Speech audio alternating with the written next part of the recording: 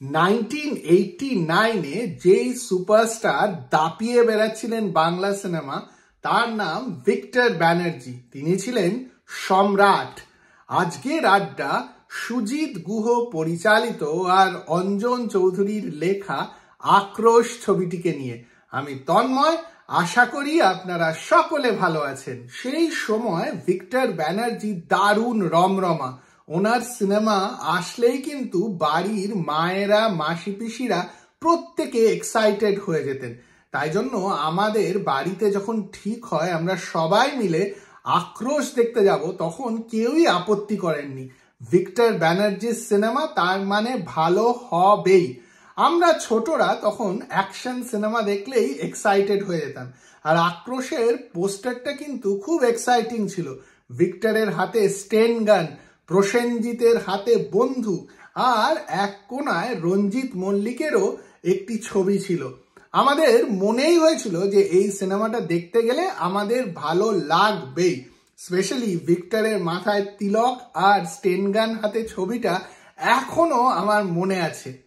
আক্রোশ সিনেমার গল্পটা কিন্তু অনেকগুলো হিন্দি সিনেমার মতো, তবে মজার ব্যাপার ছিল যে অঞ্জন চৌধুরীর স্ক্রিপ্টে হিন্দি সিনেমার টাচ থাকলেও গল্পের কাঠামোটা কিন্তু একেবারেই বাঙালি। দুই ভাই, তারা একে অপরকে চেনে না। এক ভাই রাস্তার গুন্ডা, তবে গরিবদের হেল্প করে। আরেক ভাই পুলিশ, যে আর কি এই গুন্ডা ভাইকে ধরতে যাচ্ছে। কিছু ভিলেনদের জন্য এদের মধ্যে বিচ্ছেদ হয়ে গেছে। উৎপল দত্ত এরকমই একটি ভিলেনের রোল প্লে করছেন। এছাড়া শুভেন্দু চ্যাটার্জি সবসময় তখন এরকম একটি বাবার রোল করতেন, যিনি কিন্তু কিছু একটা গন্ডগোল পাকিয়ে রাখতেন, যা নিয়ে সিনেমাতে একটা সময় গিয়ে অনেক ড্রামা হতো।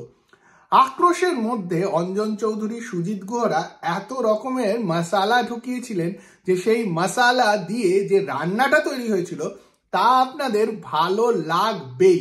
তখন যেরকম ভালো লেগেছিল আমার মনে হয় এখনো ভালো লাগবে।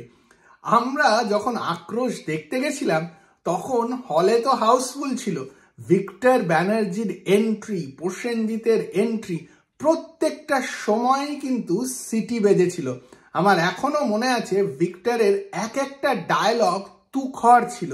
ওনার স্ক্রিন প্রেজেন্স, উনি যেভাবে তাকাচ্ছেন, উনি যেভাবে ব্যঙ্গ করে হাসছেন, বা উৎপল দত্তর সঙ্গে ওনার কয়েকটা সিন এত ভালো ছিল যে দর্শক হাততালি দিয়ে কুল পাচ্ছিলেন না। আর এনারা এত দারুণ অভিনেতা যে এরা যে কোনো সিনকেই অন্য লেভেলে নিয়ে যান, সে কমার্শিয়াল সিনেমাই হোক বা অন্য ধারার সিনেমা হোক।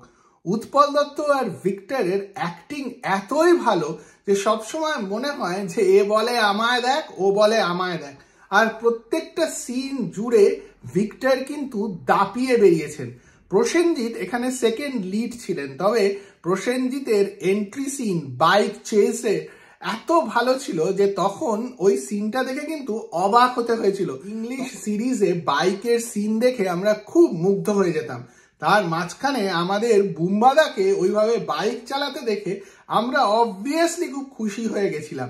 ছোটদের জন্য আক্রোশ একটা দারুণ মজাদার অ্যাকশন ফিল্ম ছিল। ওই যে বললাম স্টেন গান হাতে ভিক্টর ব্যানার্জির যে সিনটা, সেই সিনটাতে প্রসেনজিতের সঙ্গে ওনার একটা অ্যাকশন রয়েছে, যা আবার একটা পুরনো মন্দিরে। ওই সিনটা দারুণ একটা সিন। আর পরের দিকে যখন রঞ্জিত মল্লিকের এন্ট্রি হয় তখন সত্যিই মন জয় করা সব ডায়লগ। রঞ্জিত মল্লিক তখন অনেক এই ধরনের চরিত্র প্লে করতেন যেখানে উনি এসে সবকিছু ঠিক করে দিতেন। আর এই ছবিতেও এই ধরনেরই একটা চরিত্রে রঞ্জিত মল্লিককে দেখা যায়। আর অঞ্জন চৌধুরীর সিনেমা, রঞ্জিত মল্লিকের মুখে ভালো ভালো ডায়লগ তো দিতেই হবে। দেবশ্রী রায় আর পুনম দাশগুপ্ত এই সিনেমাতে হিরোইন ছিলেন। ভিক্টর ব্যানার্জি আর দেবশ্রীর জুটি কিন্তু খুব হিট জুটি। এদেরকে ছবির পর্দায় সব সময় ভালো লেগেছে। এই ছবিতেও খুব ভালো লাগে দুজনকে। ইনফ্যাক্ট রাহুল দেব বর্মনের মিউজিক ছিল। বাজে ঢোল তাকদিনাদিন বলে ভিক্টর আর দেবশ্রীর একটি গান রয়েছে। এই গানটা তখন কিন্তু খুব হিট হয়েছিল। ইনফ্যাক্ট বাংলার চিত্রমালায় যখন এই গানটা দেখানো হতো তখনও আমাদের খুব ভালো লাগতো। গানটিতে খুব ভালো একটা বিট রয়েছে। সবকিছু মিলিয়ে আক্রোশ একটা দারুণ ছবি। এই ধরনের বাংলা সিনেমা এখন আর হয় না। এত এন্টারটেইনিং ছবি যে কখনো কোনো জায়গাতেই বোর লাগে না। আর ওই যে বললাম, তখন ভিক্টর ব্যানার্জি শুধু সুপারস্টার নন, এই ছবিতে ওনার চরিত্রের নাম সম্রাট, আর ওনাকে সম্রাটের মতোই লাগেন। যতই অন্য অ্যাক্টাররা থাকুন, এই ছবিতে অ্যাটলিস্ট ভিক্টর ব্যানার্জি তাদের সবাইকে ছাড়িয়ে গিয়ে সম্রাট হিসেবেই আমাদের সামনে আসেন। এখনো যখন আক্রোশ ইউটিউবে দেখি আমার ভালো লাগে। ছবিটার মধ্যে এত বেশি এন্টারটেনমেন্ট যে আমি টেকনিক্যাল খুঁত বার করার জন্য এই ভিডিওটা করতে চাই না। তাই জন্য আপনাদেরকে বলবো যে আক্রোশ দেখে না থাকলে দেখে ফেলুন, সত্যি দারুণ লাগবে।